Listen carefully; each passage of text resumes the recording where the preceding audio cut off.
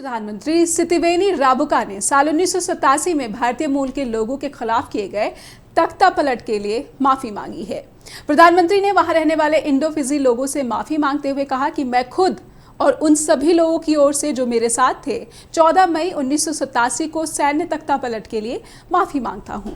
हम अपनी गलतियों की और इतने सारे लोगों को, खासतौर पर इंडो फिजी लोगों को आहत करने की गलती मानते हैं। हमने जो किया वो सही नहीं था। मैं यहाँ अपनी गलती मानता हूँ और लोगों से माफ़ी की गुजारिश करता हूँ। फिजी के प्रधानमंत्री की माफ़ी के क्या मायने हैं और फिजी में भारतीय मूल के निवासियों की सत्ता में उपस्थिति कैसी है, आइए समझने की कोशिश करते हैं डिकोड द कोड्स के इस हिस्से में। भारत के पूर्व में प्रशांत महासागर में फिजी देश स्थित है। यहाँ 1874 में ब्रिटिश सत्ता की कॉलोनी बनाई गई थी। 1879 से 1916 के बीच वहां पर भारत से 60,000 से ज्यादा लोग गन्ने के खेतों में काम करने के लिए ले जाए गए थे। 1916 में ब्रिटेन की सरकार ने भारत से लोगों को लाना बंद किया और 1920 में मजदूरों के साथ इंडेंजर्ड लेबर अग्रीमेंट यानी कि अनुबंधित श्रमिक समझौते को खत्म कर दिया। 1970 में फिजी आज़ाद हो गया और रातू सर कामिसी मारा पहले प्रधानमंत्री चुने गए। फिर आगे चलकर 1987 में भारतीय मूल के लोगों के प्रभुत्व वाली वहां पर सरकार आ गई।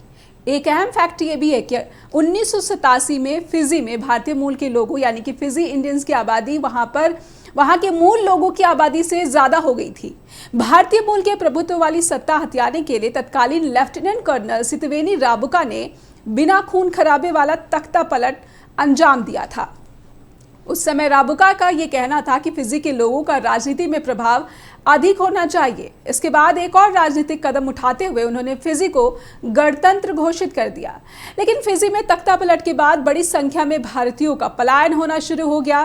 तख्ता पलट के विरोध में बहुसंख्यक भारतीय समुदाय की ओर से विरोध का सुर भी नहीं उठा। लगभग 3.5 लाख भारतीयों की आबादी वाले देश से भारतीयों का पलायन हो गया। अब दशकों के बाद राबुका ने भारतीयों से इसी बात के लिए माफी मांग ली है। On my own behalf and on behalf of all those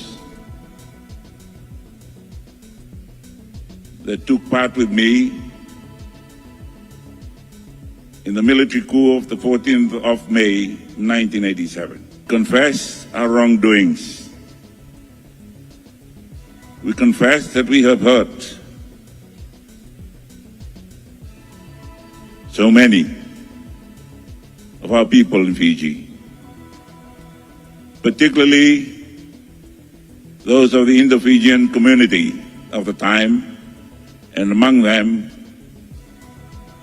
sons and daughters, grandsons and granddaughters of those that were indented as laborers from India between 1879 and 1916.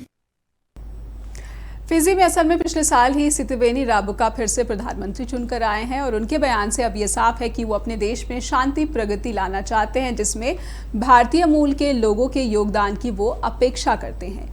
जानकार ये कहते हैं कि राबुका माफीनामा जितना भारतीयों के लिए था उतना ही जरूरी खुद राबुका के लिए भी था। उन्होंने ये जताने की कोशिश की है कि वो सिर्फ फिजी के मूल निवासियों को ही नहीं बल्कि फिजी इंडियंस को भी साथ लेकर चल रहे हैं। आपको बता दें कि फिजी चीन, अमेरिका और भारत के लिए एक महत्वपूर्ण देश है। पिछले कुछ सालों में चीन फिजी समेत कई देशों के करीब आया है। चीन इस इलाके में विशेष रूप से कर्ज के रूप में अधिक से अधिक पैसा लगा रहा है। अमेरिका भी अधिक प्रभाव के लिए चीन के अभियान का मुकाबला करने के लिए फिजी के साथ घनिष्ठता का प्रयास कर रहा है। लेकिन जब से फिजी में राबुका प्रधानमंत्री चुनकर आए हैं, देश के चीन से रिश्ते खराब हुए हैं।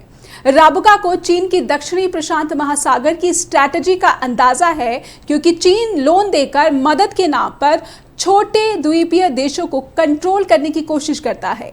फरवरी में भारत के विदेश मंत्री एस जयशंकर जब फिजी गए थे तो राबुका ने तब भी स्पष्ट किया था कि वो भारत और चीन दोनों के दोस्त हैं और ये रिश्ता जारी रहेगा। चीन के मुद्दों को अगर छोड़ दे तो भारत को अभी सीधे तौर पर फिजी से बहुत मदद नहीं मिलती नजर आती है, लेकिन अंतर्राष्ट्रीय संबंध आने वाले कई सालों को देखकर बनाए जाते हैं।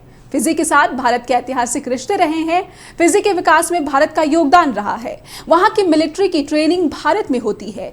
क्लाइमेट फाइनेंसिंग में भारत मदद कर सकता है। जलवायु परिवर्तन का मुद्दा उठाने में भारत अग्रणी रहा है। आपको यहां पर यह भी बताना चाहेंगे कि साल 1999 में महेंद्र चौधरी फिजी के पहले भारतीय मूल के प्रधानमंत्री चुने गए थे, लेकिन एक साल के बाद ही उन्हें दिवालिया व्यवसायी जॉर्ज स्पाइट और सेवानिवृत्त सेना प्रमुख एलिसोनी लिगेरी ने सत्ता से बेदखल कर दिया था।